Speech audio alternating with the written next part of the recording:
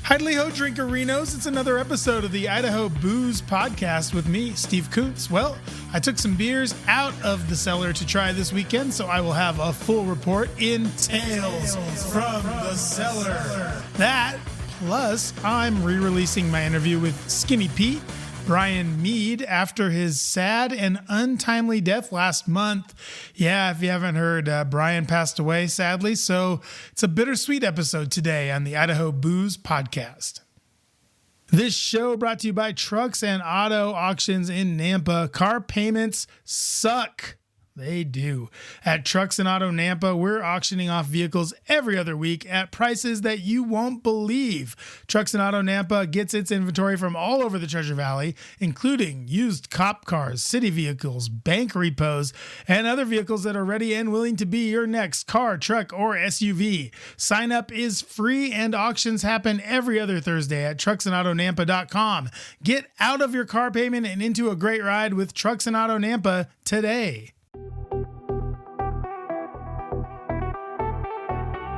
Welcome back to the Idaho Booze Podcast. I am your host, Steve Kuntz, and it was Father's Day yesterday. Happy Father's Day to all the dads and daddies out there. It's beautiful outside, so why not delve into the cellar and see what catches the eye in another edition of Tales from the Cellar. You probably don't know this, but I do have an extensive beer collection and a cellar, and I've been buying and collecting beer since my first job back in Salt Lake, when Epic would send me out to all these other markets, and those markets had what I would like to call freedom. And I was able to purchase a bunch of fun beers that we couldn't get in Utah, and then I would bring them back, and I would buy like one or two, sometimes three of each thing, and then I would share them with the guys at Epic, or we had these little Thursday night get-togethers that I would share with people at that. And then I started to put them away. It started to get to the point where I was getting a lot of beer from Epic. I was getting a lot of beer, from other breweries and other places and friends and stuff. And so I wasn't really able to drink everything. So I would just start putting everything away. And now I have a collection of about 150 bottles. So it's gotten a little bit out of control. So some of these beers are starting to get a little long in the tooth. So I'm trying to plan another episode with some very special guests who know a lot about aging beer to go over what you and I are doing right or wrong. And, we could drink some of these beers that I have saved up. And it's always more fun to drink with other people. So, maybe that'll be on another show sometime. But on this edition of Tales from the Cellar, I have 3 cellar-aged beers that I tried, and I will share with you how they aged, what they taste like, and if you should seek any of these out. And the cool thing about this particular Tales from the Cellar is that all 3 of these beers are way different.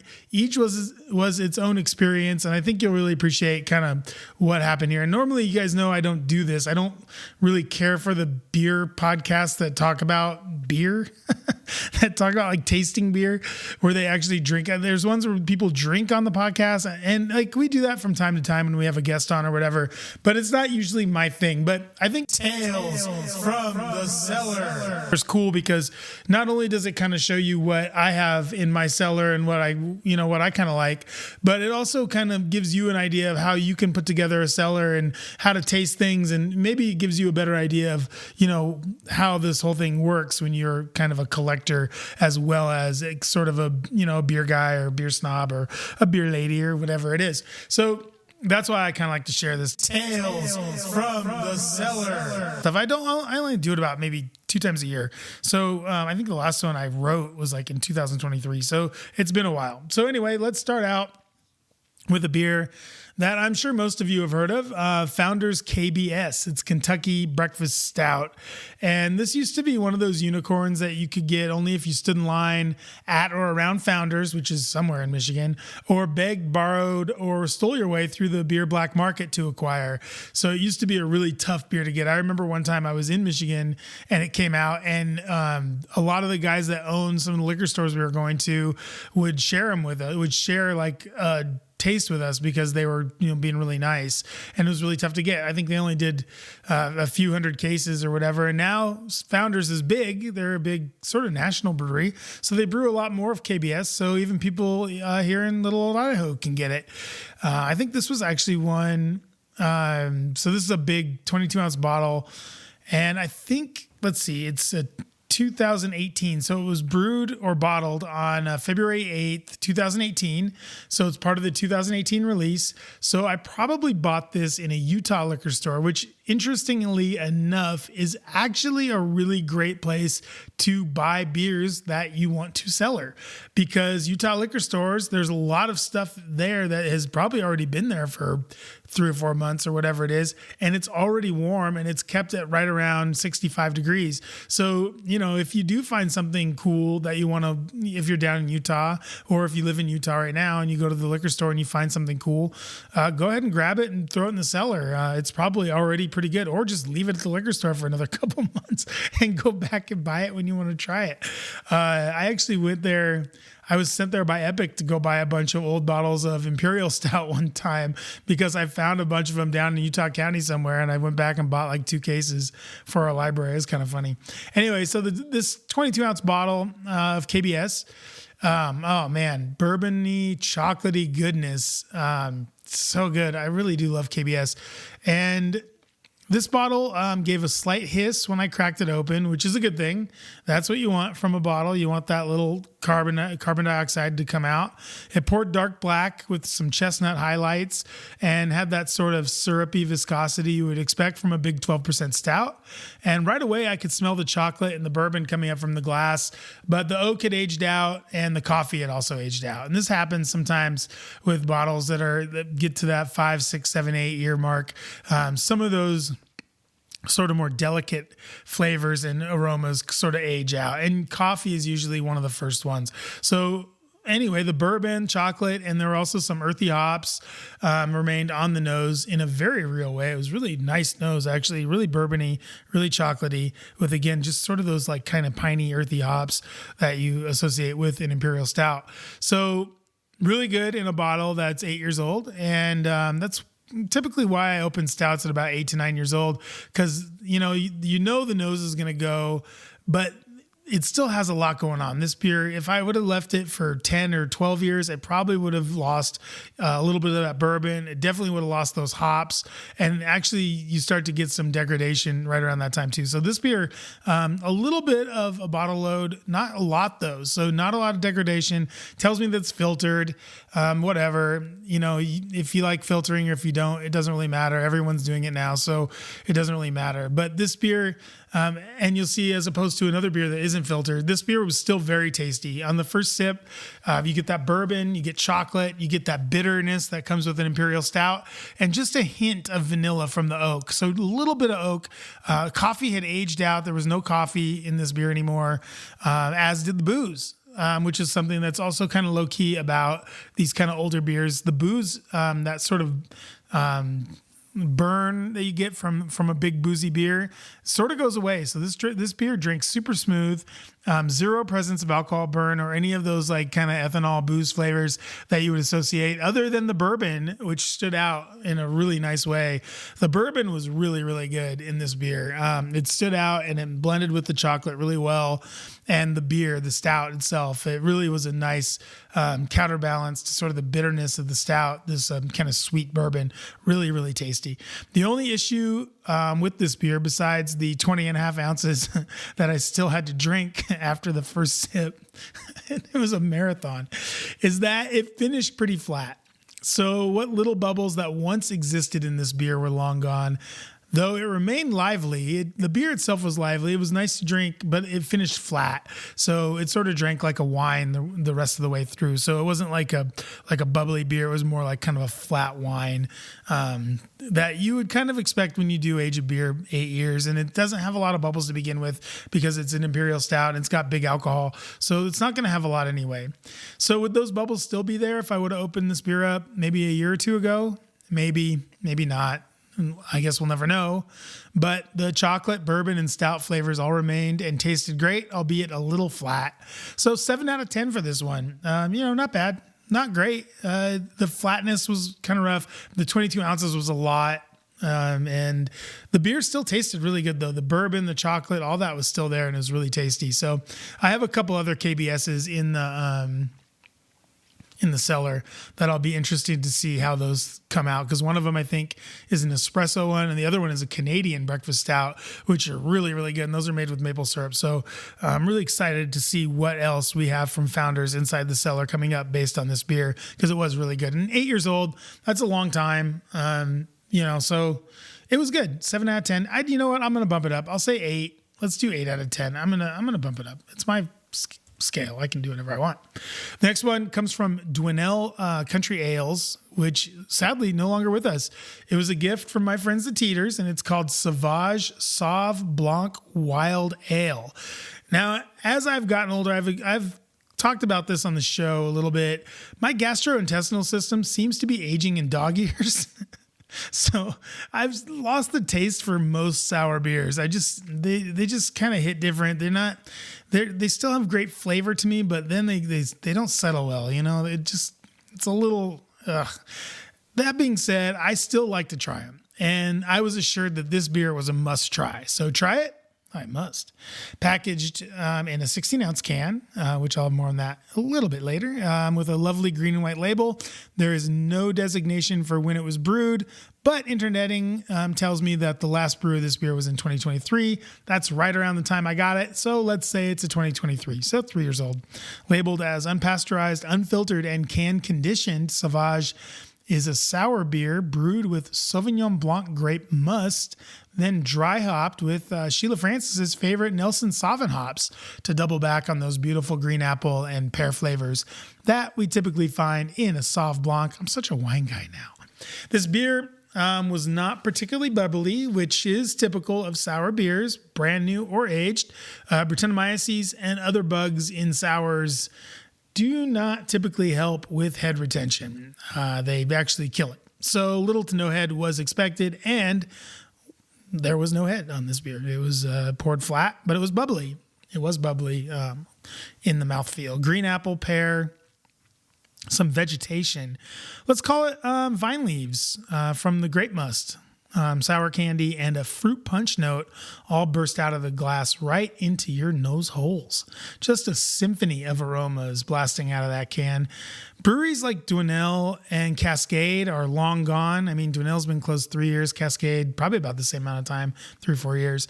And this is what I will miss most whenever I open my last Cascade, especially I have a bunch of Cascade. This amount of funk and flavor and intention that's put into each beer is just insane. Now, farmhouse breweries did beers their own way.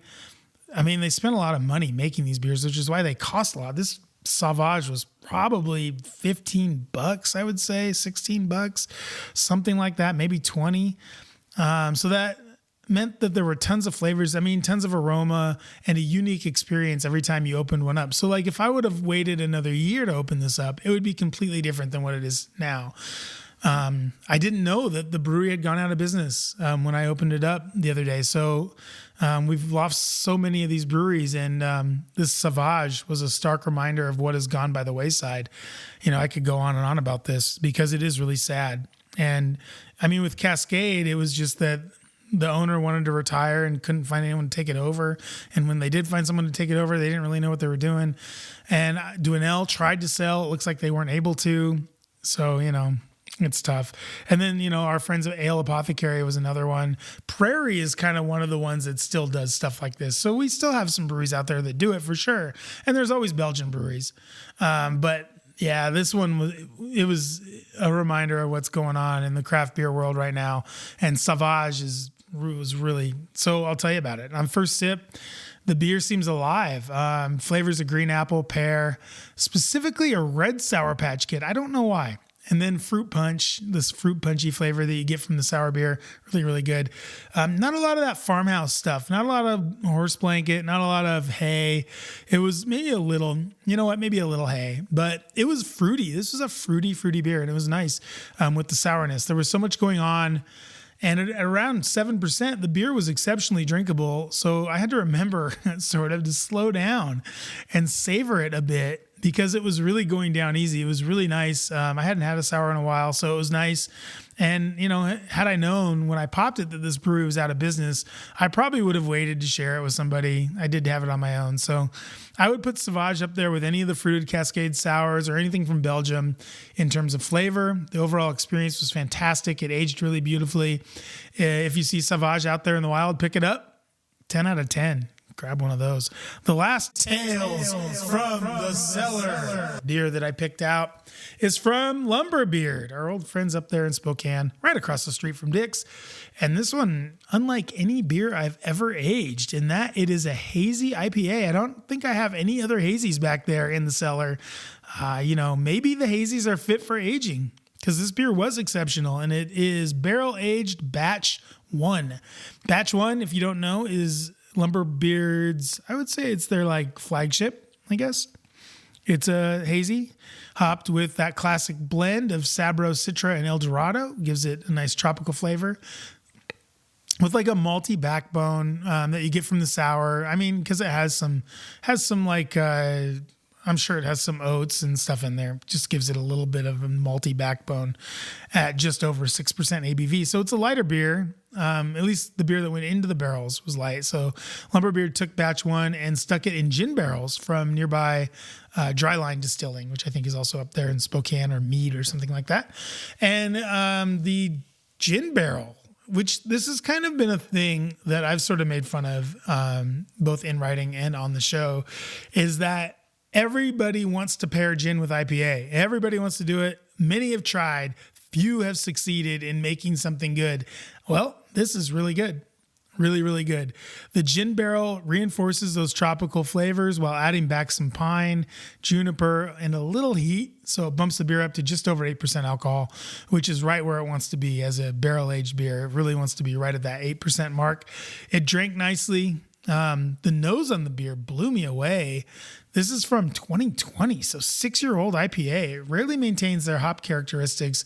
Maybe it's the hazy. Maybe we stumbled onto something here, but this one was packaged in a 16-ounce can, had tons of hop aroma, lime, passion fruit, blueberry, mint could all be found in there, along with the juniper, pine, and a little bit of vanilla from the oak. And the oak was still very present in the flavor, along with all those beautiful gin botanicals and the tropical hop flavors, plus a little bit of crackery malt in there as well. So lots going on in this beer. It was really, really flavorful, really tasty. And I mean, God, I would have said it was brewed like yesterday. I had no idea. I was given this beer. My buddy Jed gave it to me a couple of years ago. And so I've had it in my cellar for maybe 3 years. And it was brewed in August of 2020. So aged IPA, 6 years. You never think it's going to be that flavorful, that aromatic. The only other aged IPA I've had that was this good was a 5-year-old hop slam I had one time in Michigan, and that beer is practically fortified. It's got tons of honey in it, and it's over 10% alcohol, so that you would think would age okay. This one, at just 6% alcohol going into the barrel, you wouldn't know. I mean, the Lumberbeard, congrats to you guys. This little IPA not only stands up to the barrel aging, but it's, like I said, been in my cellar for a couple of years and still maintains that brightness, flavor, aroma. I've always liked Lumberbeard. I've always liked their beers. I like their, I went to high school in Spokane. I wouldn't say I'm a Spokane fan, but I would say that I'm a Lumberbeard fan, and I will be looking at their beers a little bit differently. I think the relationship has changed, almost like I saw them naked for the first time. So if you see one of these guys, a Batch 1, barrel-aged Batch 1, pick one up and send one over to me. Why not? 10 out of 10. My overall impression from this tasting, and I like to taste a couple different ones because I want to get a sense of where the cellar's at. My overall sense from this one is that 16-ounce cans are really the way to go. We use them at Edge for our seasonals, and I always liked them. I've always felt they're superior to 12-ounce cans simply because it's a proper pint. And you'll see, I think Burt's only does 16-ounce cans. There's a couple other breweries that are only doing 16-ounce cans. And that's because, many people in the beer biz, I am with these guys. I'm a firm believer. There's a reason why the proper pint is the world standard when it comes to enjoying beer. It's just the right amount. You can taste it, it quenches your thirst, and you can have another one. it just makes sense that 16 ounce should be the amount for at-home drinking as well. I mean, when you think about it. And sad, the 22 ounce bottle, I feel like should probably go the way of the dodo. That KBS didn't have anything wrong with it in terms of flavor. It was not sunstruck. There's nothing wrong with it, but the smaller package would have increased the experience by a lot. I feel like even if I would have shared it with somebody, that carbonation maybe would have held on a little bit better. And just losing that extra 6 ounces would have been a real lifesaver, especially the morning after. Oh, boy. It sucks to say because of everything the 22-ounce bottle really did for me in my career in craft beer. But, God, if I'm offered the choice of what to buy for the Cellar in the future, I will probably go with the pint can over the big bottle from here on out. Well, there you have it, folks. This has been Tales from the Cellar. We're going to be right back. I'm going to replay an interview I did with Bryan Mead. If you don't know, Bryan passed away on us about a month ago.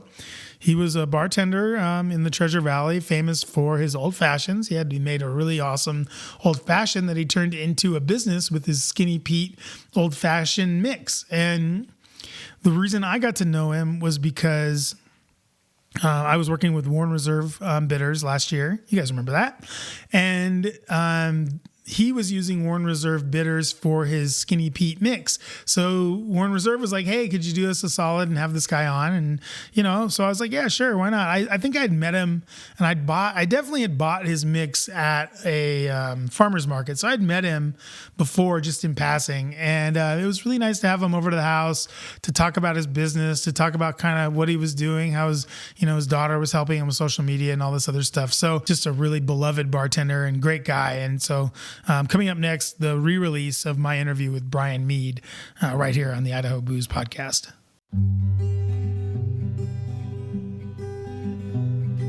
Welcome back to the Idaho Booze Podcast. I'm Steve Kuntz here with Bryan Mead. Bryan, how you doing today?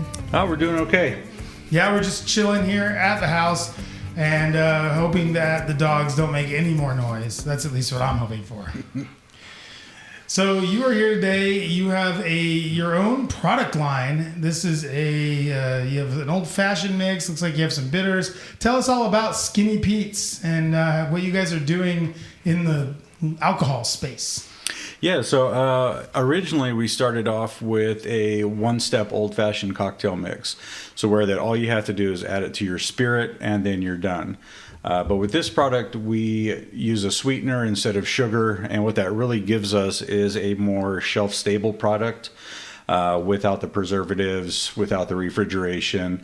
But then we also decided to bottle the bitters blend. That way, if it's preferable for the customer, if they would like real sugar or something else, they can also have the opportunity to do that as well.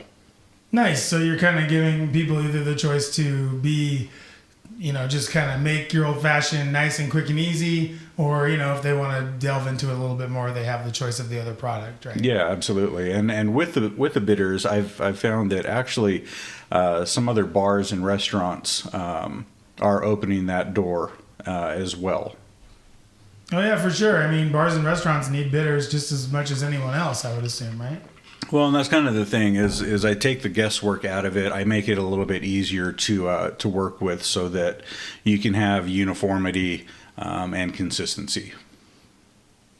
Yeah, that's true. That is one thing I do like about the mixes is they do get the same old fashioned every single time. Mm-hmm. There's very few bars So do you live here in the Boise area? I live out in Kuna. Oh, you live in Kuna? Mm-hmm. Oh, that still counts, I think. Yeah. I think we could bring close it in. Enough. Yeah, why not? Is it Ada County or Canyon County? No, it's still Ada. Ada? Okay, well, yeah, you're good. Yeah. It's like the other side. It's like the Bizarro Eagle. Yeah, so, just a little bit. Yeah, so we're over here on the north side. You guys are all the way out on the south side. Yep. Yeah, so we'll count it as Boise area. We'll say that's Boise area. So in the Boise area, let's talk old fashions for a little while. I imagine, do you like an old fashioned? Are you a fan of an old fashioned? That's how I got into this business. Yeah, so I'm also a fan of the old fashioned. It's one of my favorite drinks.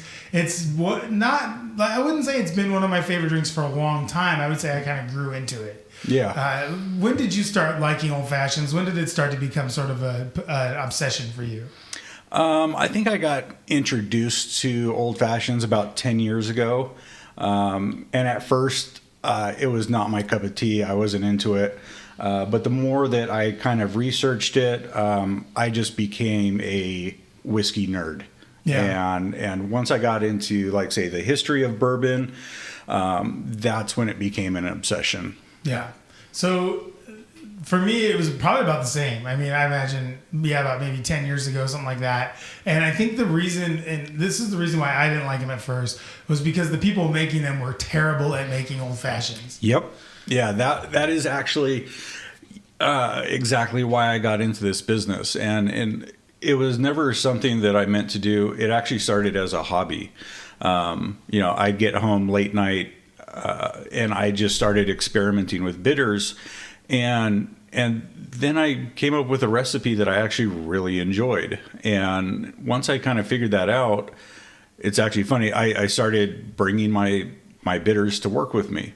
And I started experimenting and using it on some of my customers. And I had one guy, and as soon as he tasted it, he slapped down a $100 bill on the bar and was like, I don't care what it is, just get more of it. And that was literally the birth of Skinny Pete's. $100 infusion of cash. Yeah. You were ready to go. And that was the thing. It just started with a small group of people, and I would only make their old fashions a certain way. But then the circle got bigger and bigger and bigger to where I had people, especially regulars, that would text me on my day off, and they're like, bro, we're going down to the here are you? And I was like, dude, I've got kids. Like, I have a life outside of bartending. Was it at a bartender? Were you a bartender when you came up with this? Oh, okay. Yeah. See, I was thinking you worked at like an office somewhere and you just brought a bunch of bitters into work one day. No. People were like, this is amazing. What bar were you working at? I was working at the Curb in Meridian. Oh, yeah? Yeah. No kidding. Yep. I know the Curb, sure. Yeah. Well, and like I try to show the other bartenders, how to make my cocktails, but it just wasn't something that could be replicated. So that's kind of how I got it all the way down to a one-step formula. Yeah. And then I found out that there were actually companies doing that. And I went out and I tried a handful of them. Like, I'd go to the liquor store and they would have bottles with old-fashioned samples. Mm-hmm. And I knew all the employees there, so they just let me snatch them off the bottle. And I'd take them home and try it. And I'm like, this is crap. Like, this is actual crap. Yeah. And that's overly sweet, like I found with a bunch of those that they're overly sweet or they're overly bitter. Mm-hmm. They never really lock in anything. And also the biggest thing with me with some of those ones is they don't differentiate themselves at all. It's all just base old fashioned. Like it's just like there's one old fashioned. Like for me, I like to mix my bitters up. I like to mix the syrups up. I like to do different things with my old fashions. And I'd like to see more products like that out there that are like, oh, here's a tropical old fashioned, or here's this, or here's that. And I found, with those mixes, I find it's just like, even when you do exactly what it says on the bottle, you're always getting like weird outcomes, right? Oh, yeah. Well, and one of the other issues that I always had was it was like a 1-to-1 ratio. So it just comes out and it feels like you're drinking a syrup. Yeah, like cough syrup. Yeah. And I was just like, this is completely ruining the experience because having an old fashioned shouldn't be, I need a quick shot and a beer. An old fashioned is to sit down and have a cocktail and to enjoy it and hopefully to have an experience. While you're playing Golden Tee at the Curb. Yeah, absolutely. That was one of my most favorite things ever. Oh, yeah, totally. Me too. I'm not any good at it, but I like to play it. Oh, yeah.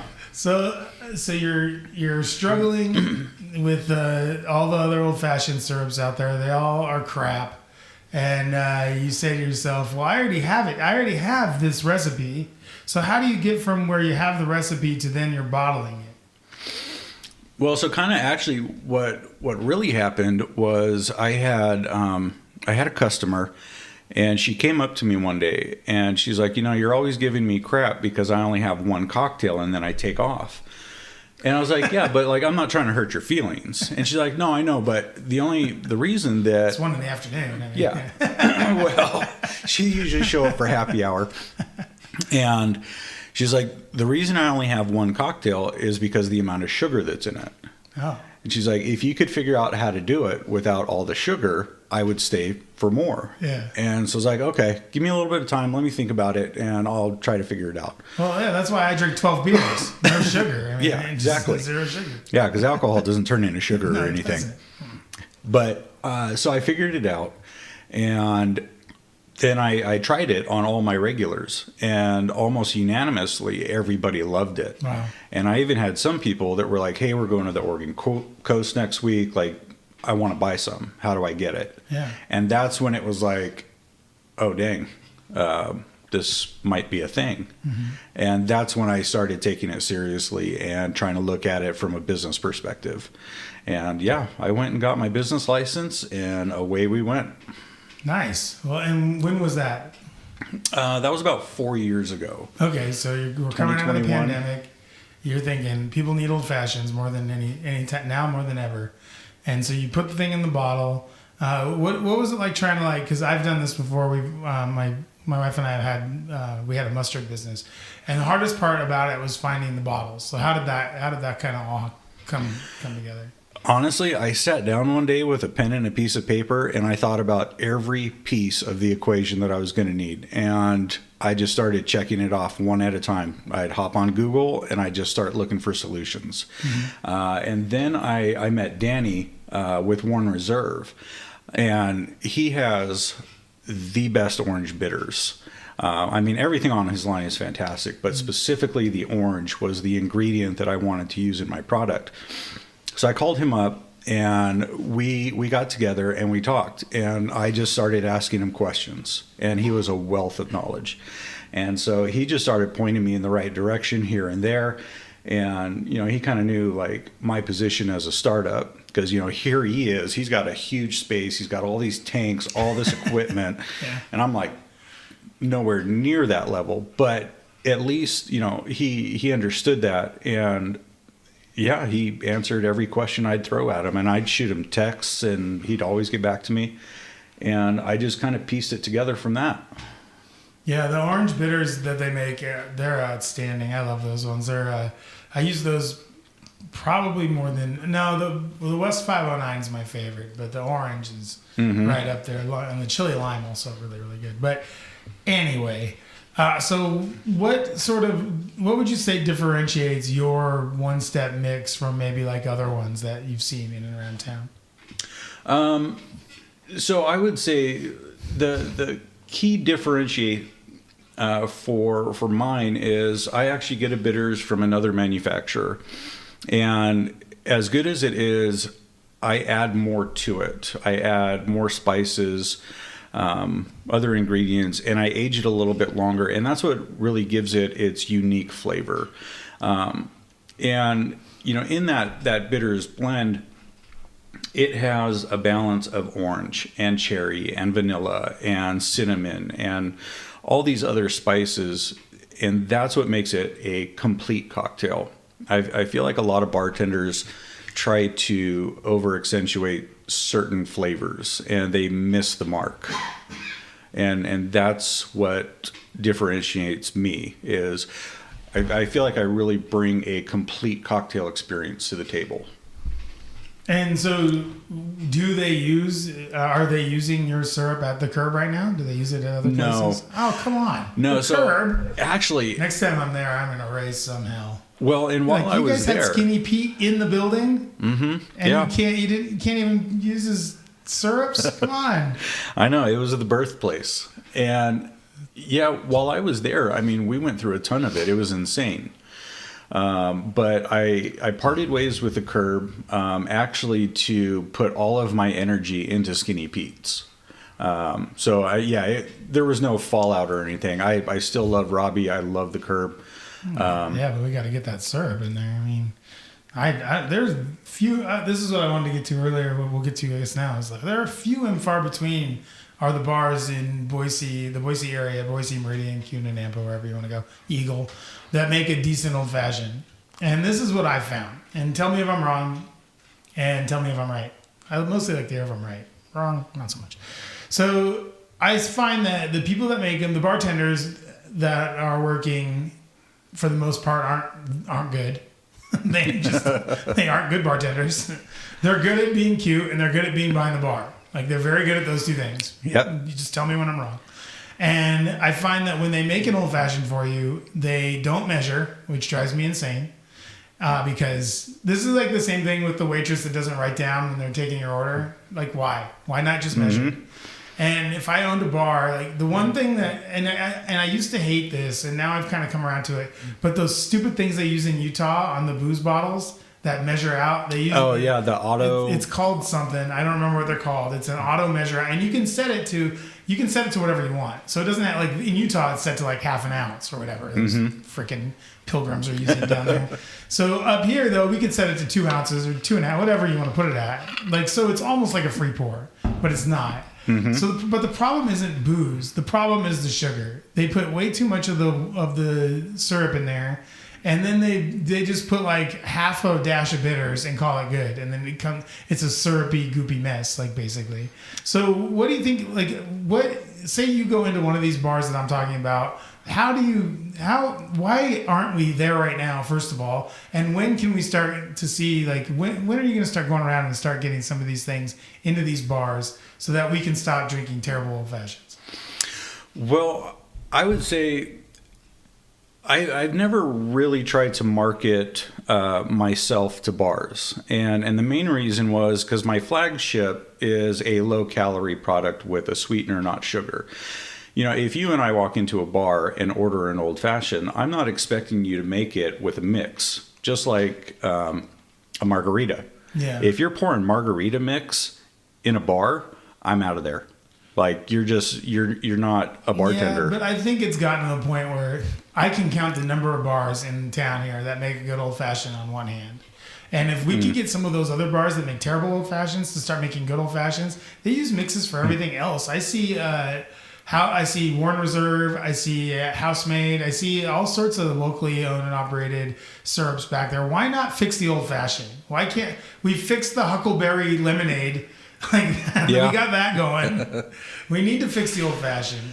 Yeah, you know, I guess I just I never. Can we put it in a gun? We'll put it in the gun. Yeah. What about that? Yeah, let's see if I could do that. Well, hey, in Vegas they have guns that pour booze. They sure do. So yeah, like I said, I never really thought that there would be a market for that as far as like bars go. There's always a market for better cocktails. Well, and that's kind of why my focus has always been that at-home bartender.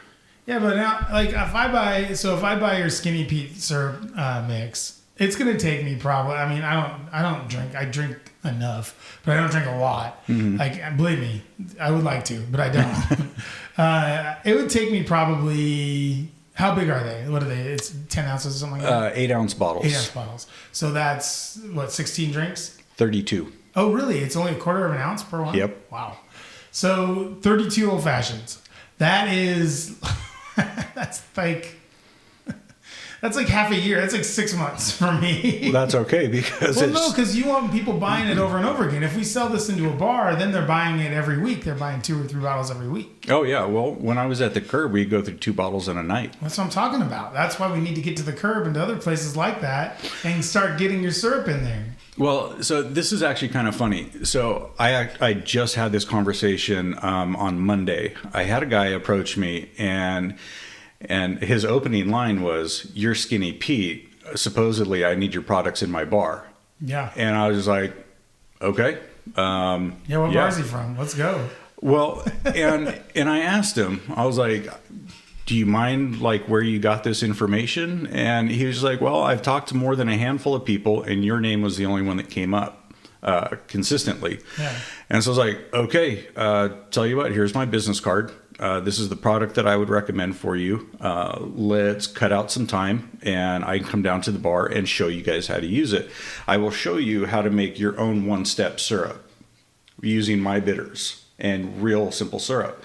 That way you're technically using your product, but you're going to get consistency across the board."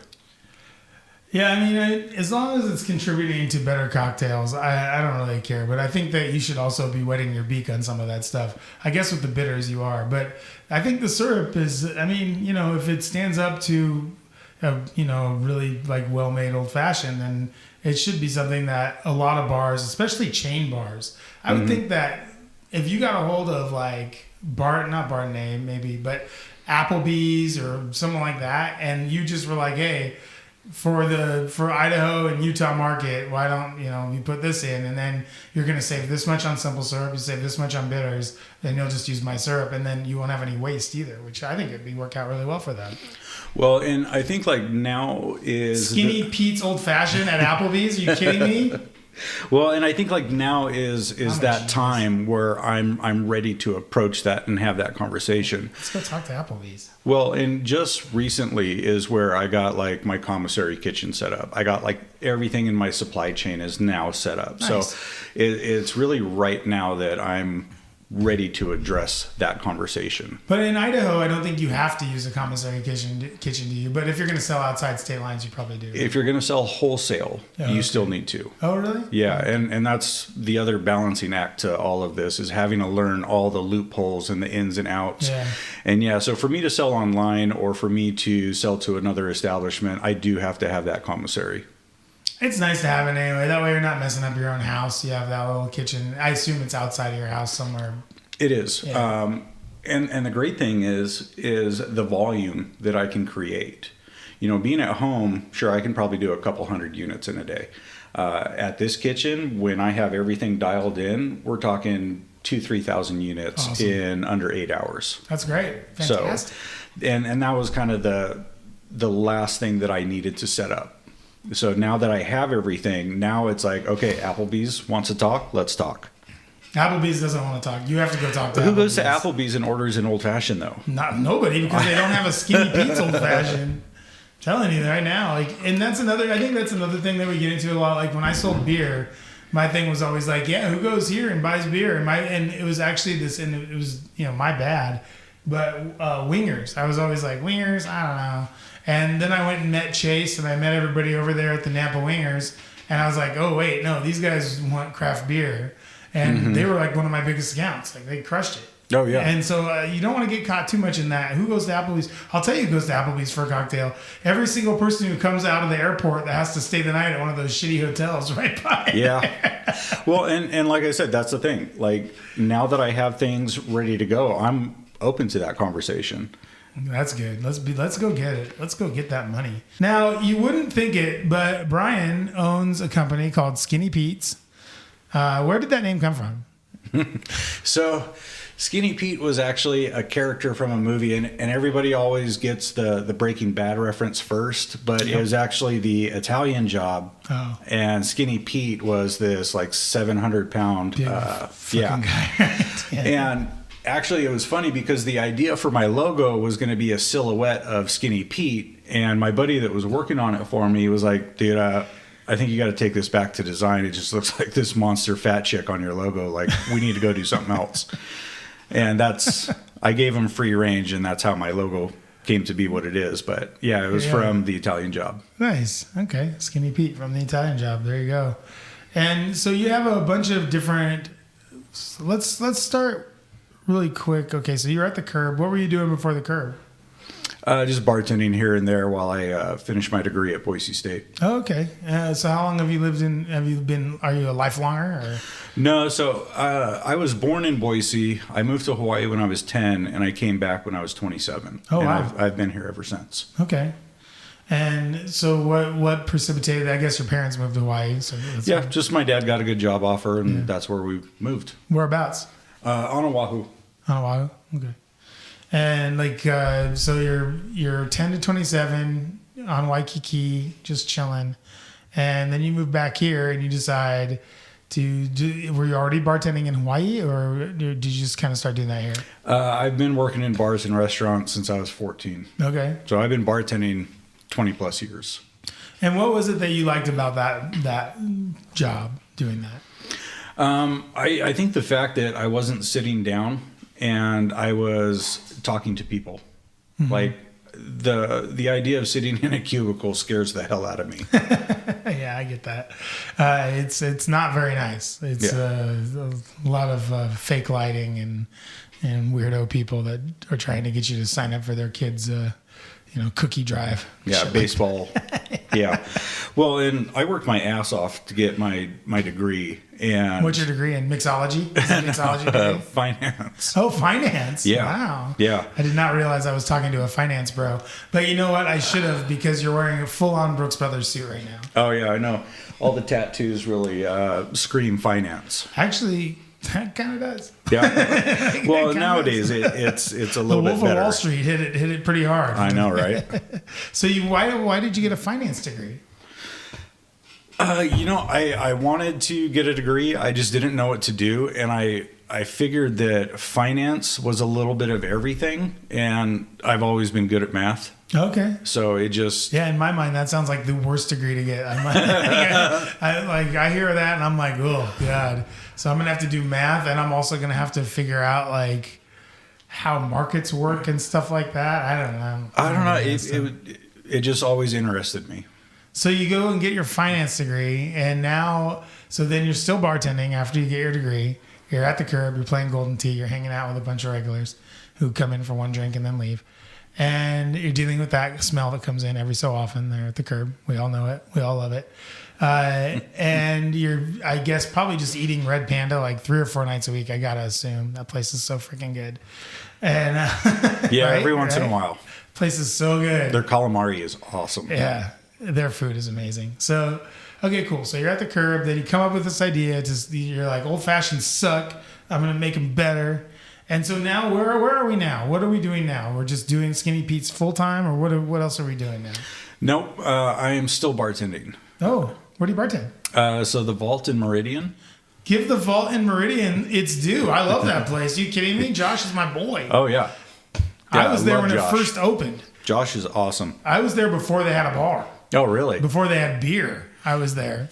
And it's funny because people ask me, like, you actually bartend at the Vault. Yeah. And I'm like, yeah, we do, but it's more like a cigar lounge. It is definitely a cigar lounge. That has alcohol. Yeah. And they used to have this great mixologist that worked there. And now we actually just revamped the cocktail menu a little bit. We're kind of moving towards the more classics. But yeah, you can find me and Skinny Pete's there. All right. I'm down for that. I love that place. That's seriously like, I used to take clients there all the time when I was at Edge. And when he first opened, we did beer nights, beer and cigar nights there. We did all that stuff. Like, yeah, that's awesome. Josh is a good dude. Shout out to Josh and Lori and everybody over there and all the regulars that go in there.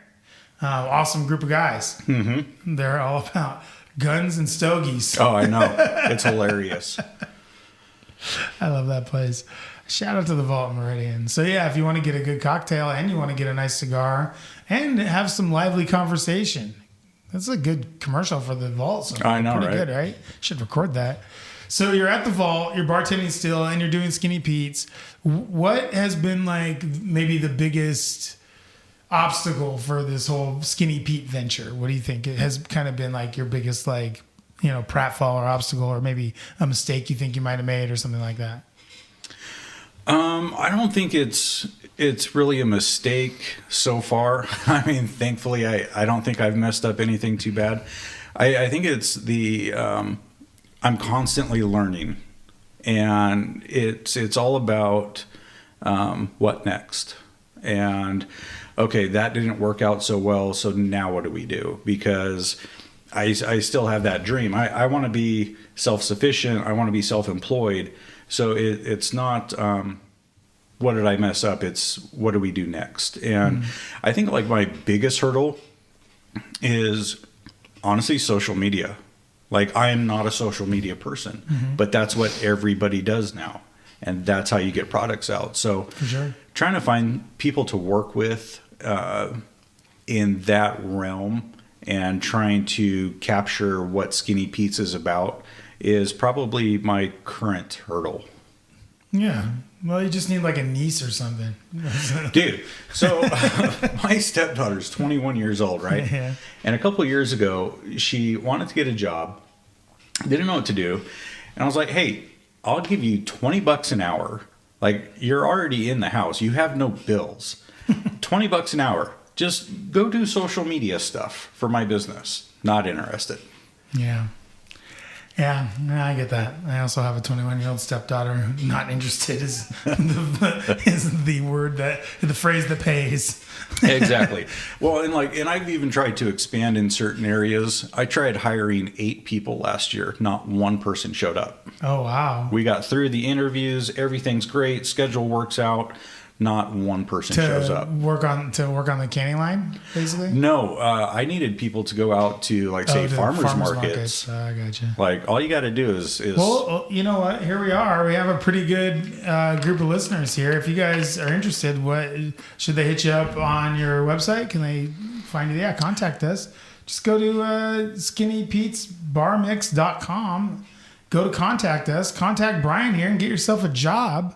Working at the farmers markets. It's a fun gig. I did that when we had our mustard business. Uh-huh. We had a blast. And what are you're gonna pay okay for that, right, Bryan? Absolutely. Yeah. I mean, a lot of that's cash, so Brian's never gonna find out about that. Like, he'll never even know. It's just like bartending. It's cash in your pocket at the end of the day. Right.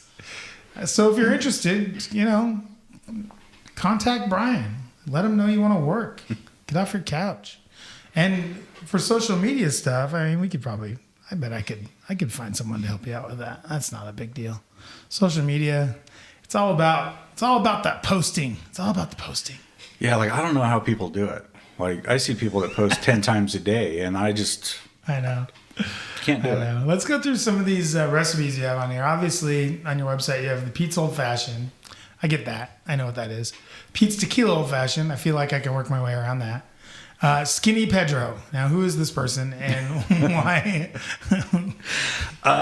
So somebody asked me before, like, you can only do one thing with your mix. And I was like, doesn't sound like well, I mean, I guess, to be honest, I never really thought about doing anything other than what the mix was intended for. But so we started playing around with some ideas and some flavors and stuff. And, like, I'm not a tequila person. I'm bourbon, American, rye whiskey. But we started playing around, and then pineapple got introduced. Somebody was making fun of me for being from Hawaii. And I was like, okay, let's do pineapple. And it was like, okay, those are some all right flavors. What do we need? Spice. So we added jalapenos to it. Yeah. And it was like, that's actually a pretty good cocktail. And it sold. We had it at the curb, and it did really well. The Skinny Pedro. Yeah. Now, as far as the name goes, I have no idea. Yeah. I don't know what we were building off of Pete at this point. The Skinny Pedro sounds good. So that's pineapple with a little bit of, how much of your mix goes into that? Like in a quarter of an ounce or whatever it is? Yep. So are all these things a quarter of an ounce? Is everything a quarter of an ounce? Pretty much. That's where you built it around. How'd you come up with that? I felt that a lot of other syrups and products on the market were too overly syruped. Yeah, like they want an ounce, 1-to-1. Yeah. And that's not a good experience. No. Like, I mean, you want to drink syrup? Like, okay. But I like the consistency of the cocktail, not syrup. Yeah. Yeah, syrup's no good. And then you have a perfect Manhattan. Now, how is it perfect if it has a bunch of bitters in it? Tell me about the Manhattan.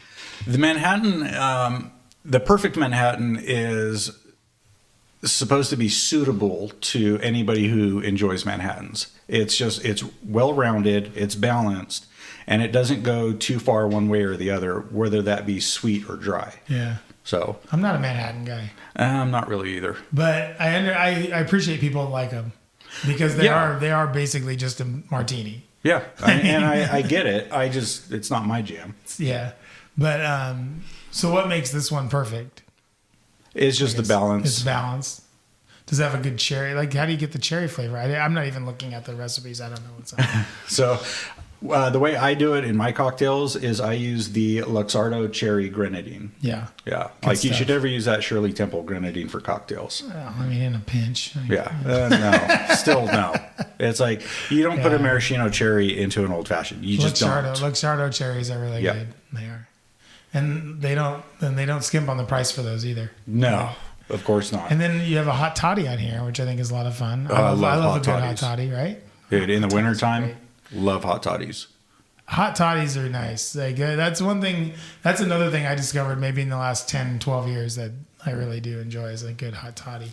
So that one, I guess you just have a little bit of your syrup in there as well. And then is that a whiskey hot toddy with lemon? And then do you not put honey in there? Oh, you got to have honey in a hot toddy. Okay. Yeah. So you do your syrup plus honey. Yep. Okay, cool. And then what other kind of recipes are you kicking around up there in that dome of yours? I'd love to get to a margarita mix at some point. I'd love to do a Bloody Mary or a michelada. I actually had a buddy of mine come back from Mexico, and he just raved about this michelada that he had. And, it's not really my thing. I'm not into it, but he is. And so I was like, all right, well, bring me your list of ingredients and let's toss it around. And he got it all the way down to we had to have certain ingredients imported from Mexico. Oh, wow. And, it was just kind of one of those things that it ended up falling off the end of the table. But I'd love to revisit that again. Yeah, my buddy tried it. He wanted to do he used to own Woodland Empire, Rob, and he wanted to do a michelada, and so he did one. Again, it's not my thing either. I like Bloody Marys, like I love Bloody Marys, but I'm not really into the michelada. I don't know why. I like beer. I like Bloody Marys. It just doesn't. I think there's something structurally about it that I don't like.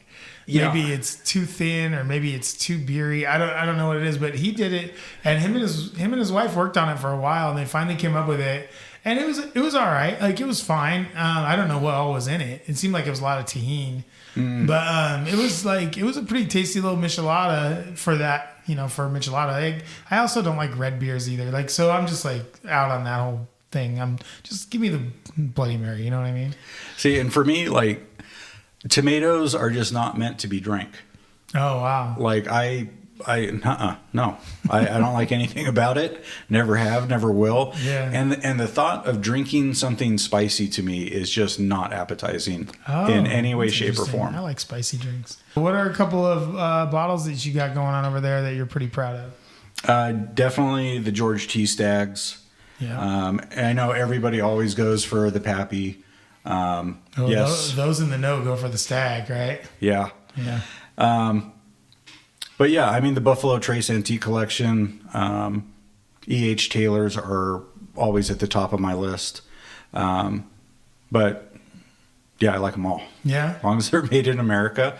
Yeah, I love American whiskey. What's an American whiskey that you like that maybe other people haven't heard of that it's kind of off the beaten path a little bit? The one that I really wish we would see more of in Idaho is probably like the Dream Spirits or the Rare Character, because they do a ton of single barrel picks. So they actually buy barrels from other distilleries and will do single barrels or blends. Yeah. And that's just something we don't have access to in Idaho. I have a hard time. I've said it on the pod before. I'll say it again, I'm sure. I have a hard time with single barrel with barrel proof. So tell me why I have such a hard time with barrel proof and why I should bite the bullet and try to be a little bit more open towards that whiskey. So with single barrels, it's always a unique experience. Like I said, it's a single barrel. So every barrel is going to be a little bit different.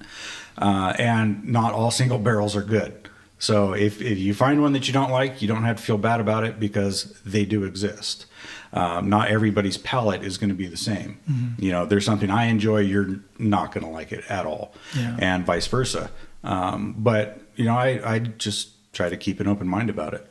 I have a real issue with barrel proof. Real issue with it. Like it hits my tongue. It feels like gasoline, and it evaporates almost before I can taste anything on it.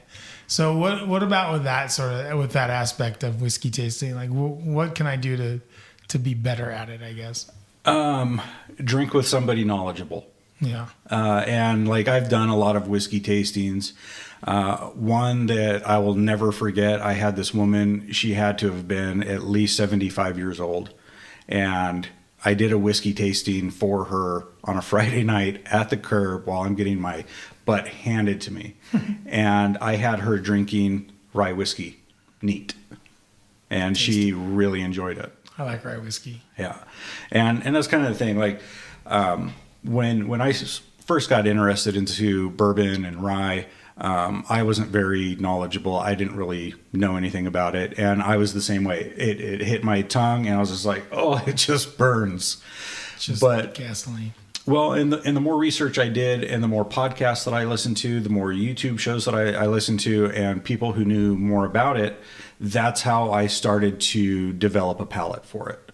And that was my number one recommendation: is do more research, listen to people that know more about it than you do, and listen to their tasting notes, and that's how you get into it. So let's go through, because for some of those ones that you mentioned before, I've had a couple of Stag drams, and it's a really tasty whiskey because you can really like get into some of the subtleties of those particular whiskeys. Like to me, Pappy is nice. Like I feel like the same way, like I feel like Pappy, you should never really have to pay for it. Like it should always be like should be free. I don't think I've ever paid for Pappy. Like I'll say that. Like it's always been something that someone at a bar will have, and they'll want to show it. They want to show it off a little, or someone at a house will have. They want to show it off a little. That being said, I do put in for the lotteries, and I never ever win. Yep. So for me, Pappy is fine. It tastes great. It's got awesome characters. It's got good, like a burnt, sugary kind of. It's kind of along that Buffalo Trace kind of. It just is a nice flavor. It's just. It's not like. I don't think it has anything that really stands out to me. Now the E.H. Taylors, to me, they each have their own sort of thing. Like the wheat one. What would you say? What would you say is the biggest difference between maybe the E.H. Taylor straight bourbon compared to their wheat? Because I know they have their wheat one is like a really crazy like red rye whiskey or something like that, right? So I can't remember exactly what it is. It kind of sounds like you're talking about Weller. Oh, Weller, you're right. I am talking about Weller. Yeah. Yeah, that wheat, that one, it's a really bitey whiskey. It's got like there's big like husky flavor kind of almost. There's 6 in that line, and I think you're talking about the Weller 107, the red label. Yeah, okay. Okay. So all of those are... E.H. Taylor's yellow, right? Yeah. They're all yellow. Okay. Yeah. The E.H. Taylor comes in that big yellow tube. Yeah, giant. Yeah. And then there's the Weller that have they call it the rainbow because it's 6 different colors. So Weller is a wheated bourbon line, and really the only difference between all of them are going to be the proof and the age. So most of them are below 100 proof. It's only the Weller 107 and the full proof 114 that are above those marks. In my opinion, those are the best 2 in the entire line. Yeah. Everybody goes after the white and the orange label. The white one is always like, that's the one everyone wants. Yep. Right? Yeah. Super overrated. Yeah. Not good. I mean, they're good, right? But they're just not like $150 good. Yeah, it's one of those things that falls short of the hype. Now, one of the things that I've had bartenders on here before, and we like to talk about what whiskey we should be buying as opposed to what whiskey we are buying. So say that I go to the store, go to a liquor store, and I want to buy something, and I want it to be good for old fashions and maybe even like to sip. So say I'm already buying like Bullet Rye. What should I be buying? So specifically rye or just overall? Yeah, it could be a rye. It's fine. Michter's straight rye is fantastic. So good. Yeah. I love Michter's. It's on every shelf. Oh, boy. And you know, not to bash Bullet or anything. I just don't think that they're anything special. Now, I have heard good things about their extra aged rye. They have I think it's a 12-year rye that's supposed to be great, but we don't have it in Idaho yet. I think that's what I like about Bullet, though, is it's not anything special. Like, it's just like, it's like a nice whiskey. It's reasonably priced. But you're right. Michter's is the right answer. Michter's is everything okay over there? Are we doing? Oh yeah, just kicking off slippers. Michter's is the best, and their American whiskey is also their oak. Yeah. What is it?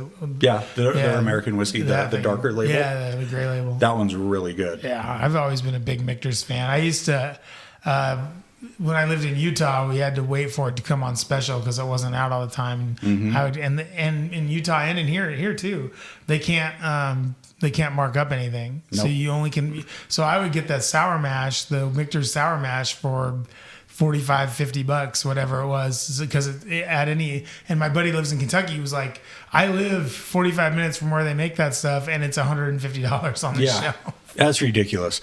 And it's like, actually, Washington and California, they're on that open market system. They can charge. Oh yeah, and the taxes are insane, especially in Washington. I know. It's like 20 extra %. And it shows you, like if you're buying booze at Costco or whatever in Kennewick, not to say that I have or haven't, but it shows you exactly how much you're paying in taxes, which is the most annoying thing. Okay, so what if I want something that's on the cheaper side that I can use for, like, say I'm having a party, and normally I buy like Buffalo Trace or I buy something like that. What's something that I should get that would be like good for old fashions, good for straight, good for, maybe whiskey and Cokes or whatever, something I won't feel bad mixing with soda? My go-to is Elijah Craig Small Batch. Yeah, you're right. It's a well-rounded bourbon. It's cheap. It's on every shelf. Yeah. And you don't have to feel bad about mixing it. Yeah. What's a bourbon that you've pulled out, maybe at parties or whatever, or at the bar that you work at or wherever, that people have been like, what is this? And they try it and they're like, oh my God, it's so good. Like, have you ever had any like situation like that? Because I just had one recently, so that's why I bring it up. Mm-hmm. Well, and as a bartender, and thankfully I've been given the freedom to order products that I prefer. Nice.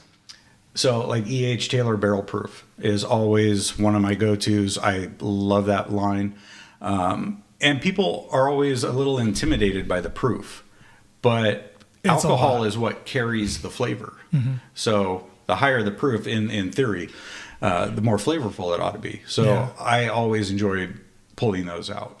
So somebody recently discovered we were at some event or something, and they had Evan Williams there. And the bartender was like, is it cool if I make your old fashioned with Evan Williams? I was like, yeah, of course, please. And then my friend was like, that's the cheap stuff. That's on the bottom shelf. Like, that's no good. And I'm like, no, try it. Evan Williams is really good. Yeah. Well, same distillery as Elijah Craig. Yeah. I've been there. Isn't Evan Williams the bottled and bond? I think it's the white label. There's a white and a black. Yeah. Yeah. So I think the white label is the bottled and bond. And yeah, for a bottom tier, it's perfect. It's so good. And it's 100 proof. Oh, it's yeah. great. Well, it's like the Benchmark line. Oh, I love Benchmark. You kidding Benchmarks is from Buffalo Trace. A lot of people overlook that line, and it's fantastic. I think Keith Nero was on our show. He's a bartender. He works around town. He used to work for Sazerac. He introduced that to me, Benchmark, and he says that it's actually the same recipe as Blanton's. Mm-hmm. It's the Blanton's recipe, but it's watered down or whatever, dumbed down. Well, that's the thing. Buffalo Trace has like 3 mash bills. There's mash bill 1, mash bill 2, and then rye. Mm-hmm. That's it. Yeah. They all come from the same thing. They're just different chars in the barrel, different ages, different warehouses. That's all the difference is. Yeah. It's like indifferent, just picking out different barrels depending on which ones are the Blanton. I mean, when you're mixing that stuff, like we used to do Big Bad Baptist at Epic Brewing, and we knew which ones were the Big Bad Baptist barrels, like almost immediately. So cool. Yeah. And there's just like, there's a real, I think, a harmony to mixing cocktails that I don't see a lot around in the Valley. And so like, what is your sort of like, okay, let's go through a couple of cocktails and just tell me how you would mix it. Just tell me what you would do with them, because I've seen them a lot of different ways, and I like them a certain way. And I'm going to start with just an easy one, straight up gin martini. How do you like to make it? How do you like to drink it? If you do like to drink it, no, I don't do gin. Definitely not my jam. Makes you feel more British, I'll have you know. No, I don't want to feel more British. Ever. Yeah. Typically when somebody asks me for a gin martini, I'll ask them, do you like it dry? Do you like it dirty? Whichever it is. And then, you build your cocktail in the shaker for a martini. And the last step is you add ice. then you shake the living daylights out of it. And I mean, you're done shaking it when it's stuck to your hand and you have to peel your hand off. Yep. It's gotta hurt. That's how you know it's done. Yeah. But then there's kind of two schools of thought. And most people that are martini drinkers, they like those ice crystals on top of the martini. So you don't want to do like a double strain. Yeah. I can either way. Doesn't really I don't, like I said, it's not my jam, but I do know how to make a martini. What about the half and half martinis that people are drinking now? How do you feel about those? Half and half, like it's like half vermouth and half gin. The theory is you can drink 2 or 3 of them and still be upright. But the reason I drink a martini is so I can be a little not upright. Yeah, I this is the same category as mocktails. What's the point? Yeah. But to each their own. I get it. Vermouth is one of those things that's kind of grown on me. I still like the 50. I've had a couple of 50/50 ones. Actually, there's this company that makes a vermouth infused, or no, what is it? It's a mix, and it has the vermouth in there already. Now, I've done 50/50 cocktails with that, and that's been pretty good. But when I've tried to recreate it with olive juice and vermouth at home, it doesn't work so good. So maybe it's just that. Maybe it's just that thing. How about moving on? Let's see. What's another good cocktail? What about an espresso martini? Everybody's loving these right now. I know. Everybody loves those. With those, I kind of refer to the KISS system. Keep it simple, stupid. Oh, I love it. Like there should only be like 4 ingredients max. And the real key to it is fresh espresso. Like sure. You can kind of mess up on the vodka and whatever, but that's the trick. Fresh espresso. What kind of coffee liqueur do you prefer? For those, because you want that foam on top so that you can garnish or do whatever you want. Honestly, Kahlua is my go-to. Yeah, we've got Mr. Coffee. I think it's called Mr. Coffee or something There's like that. There's a few things out there. And it's pretty good. It does not give you the foam that Kahlua does, that's for sure. But it has a really nice, like, big coffee flavor. It kind of boosts the espresso flavor, I think. So it's all right. Well, another one that I've tried, I think it's called Grinds. Okay. It's like an espresso infused vodka. It's also a bar that I like to go to in Cuna, actually. Grinds. Oh, yeah. I love it. Yeah. And that one was okay, but it didn't have that foam characteristic that you're looking for. But for some reason, Kahlua works great. All right, whiskey sour. Okay. So here's where people mess up whiskey sours. One, they don't use egg white. Come on, people! It's 2000. It's the 90s. Well, use an egg white. You have to use a fresh one. You can't use that carton stuff. I can't tell you how many places I've seen pull out. Them's fighting words. And it's rotten. Yeah. It's like it's disgusting. Gross. Like any decent bartender should know how to crack an egg, separate the yolk and the white, and make it the right way. Yeah. You should also never be using a sour mix. Fresh lemon juice, fresh simple syrup. That's all you need. That's it. Yeah. That's another good keep it simple, except for the egg white. I guess adds a little bit to that. Well, and honestly, the egg white, it creeps people out, but it's not a flavor thing. It's a texture. Texture. Yeah. Yeah, you'll be fine. You know what's worse for you than the egg white? The booze in the fucking drink. Yeah, exactly. Okay, let's see. What else? What's a popular drink? Let's see. I know you bartenders love making rum drinks. So what's your favorite rum drink to make? Tiki. Oh, yeah. We love the punches and the mojitos. Yeah, once again, not my jam. Every bartender hates making those. Really? Absolutely. They like drinking them, though, I think. I think bartenders like drinking daiquiris. I never drink a daiquiri. Really? No. It's like a margarita with rum in it, basically. No. What are the top, like, 3 or 4 drinks that you make over there at the vault? Definitely the old-fashioned. Sure. I would say 80% of our sales are old-fashions. Yeah. Well, 80% of the guys there are old-fashions. Well, yeah, exactly. That's why we sell them. Just kidding, guys. No, actually, I get a lot of younger people. I know cigars are making a comeback. I love it. Yeah, and what's even more interesting to me is the amount of women that come in. Oh yeah. Yeah.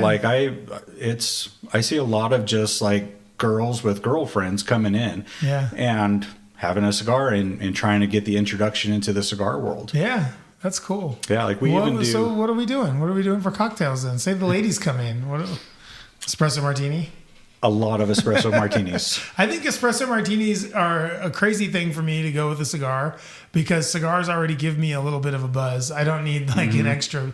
But coffee with cigars is a classic combination. Exactly. Most of those guys that go there, you know what they like to drink with their cigars, or what they used to drink before they opened the bar? Huh. They drink giant Dr. Peppers. Like it was a lot of Dr. Peppers, a lot of Diet Cokes.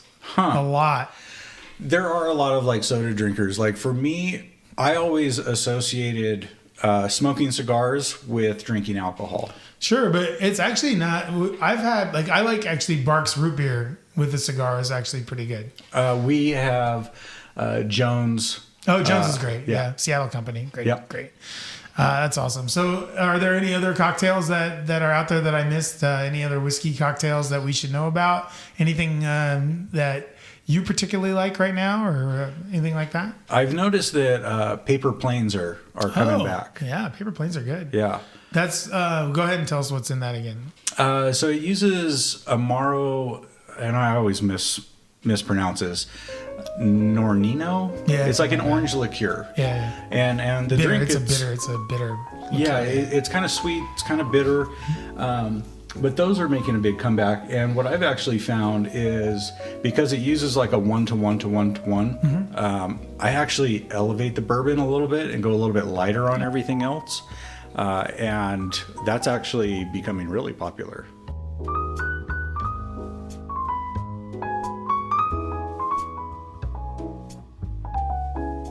The show brought to you by Boise Beer Buddies. Cost of pints got you down? Be a buddy and join Idaho's premier club for saving big at the bar. You'll get discounts at just about every brewery in the state, plus a lot of your favorite craft beer bars, wineries, and specialty shops that sell your favorite brands. Use my promo code BOOZEPOD and get 2-for-1 cards when you visit BoiseBeerBuddies.com and sign up for your buddy card. Be a buddy and save with Boise Beer Buddies and my promo code BOOZEPOD at BoiseBeerBuddies.com.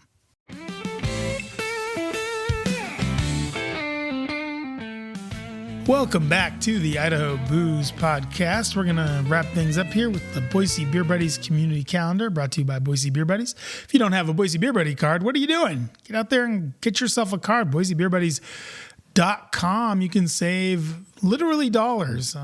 Pint prices are crazy right now. So save some money with Boise Beer Buddies. Go get your card. Use my promo code BOOZEPOD. Get 2-for-1 on that Boise Beer Buddies card. So what's going on? Let's see. Nothing today. Monday, it just says drink craft beverages. So done and done. Actually, I'm probably going to take a break because KBS is still messing with me. Oh, man. Tuesday, June 23rd, Summer Mini Golf League at Pub and Putt in Nampa. Maybe I'll join this. Maybe I'll go out there for that. Sounds like fun. Summer Mini Golf League at Pub and Putt in downtown Nampa. And then 6:30 to 7:30 on Tuesday, we have Interesting Italian Wines at the House of Wine. Italian Wines. Oh, I'm sorry, Whites. Interesting Italian Whites. I think it's wine. It could go either way. I don't think it's people. I think it's wine. Okay. Yeah, it's wine. So Interesting Italian Whites at House of Wine. That should be good. Italian Whites are my favorite. They're so good. I like a little Frizzante one. I like them when they're natural. Really, really good. I know stuff. Wednesday, June 24th, 4 to 7 p.m. after hours with By Idaho at Bear Island Brewing. Now, I don't know if our friend Ben is still working at By Idaho or not, but this should be a lot of fun. I would go to Bear Island for that. Go check out By Idaho. They have a lot. You know what? I think they sold my book for a little while, which is better than some people can say. 5 to 8 p.m. burger pop-up at Jeremiah Johnson. This is up in Coeur d'Alene. Check that out. Now, this is one you should go to. This is at Cop and Ross. 5 to 9 p.m. double tap takeover with St. Agony Brewing and Knee Deep. So we know Knee Deep. We've had them in town. St. Agony, though, they're new. They're up there northeast Idaho in St. Anthony. I think that's where they are. So yeah, go check them out. And then 6:30 to 7:30 Wine and Bites Pizza at House of Wine. That sounds pretty good. And that is all I've got for you on the Boise Beer Buddies community calendar. Get out there, get your Boise Beer Buddies card, and enjoy some of these events. That's going to do it for the show. Thanks very much to everybody for listening. Thanks to, sad to say, thanks to Bryan. He was a great guy, awesome bartender. Had an amazing product. His Skinny Pete product was pretty good, and I really enjoyed having him on the show. So I hope you enjoyed listening to him again, or for the first time if you didn't catch the last one. And we'll be back hopefully next week. We're going to have a July 4th edition of the show. I'm hoping to get Andy Koenig on pretty soon, so I got to talk to him.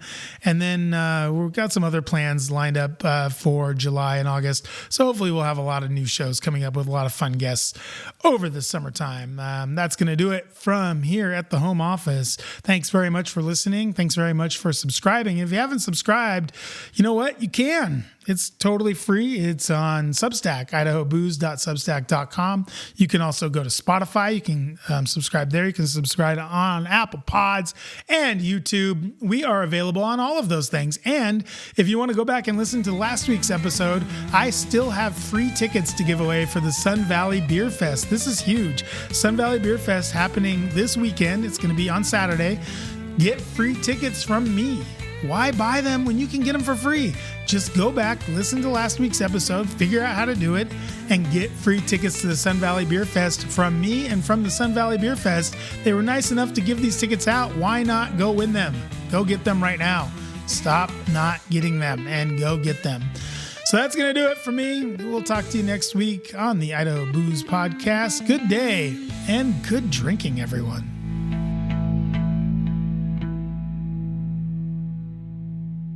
Tales from the Cellar.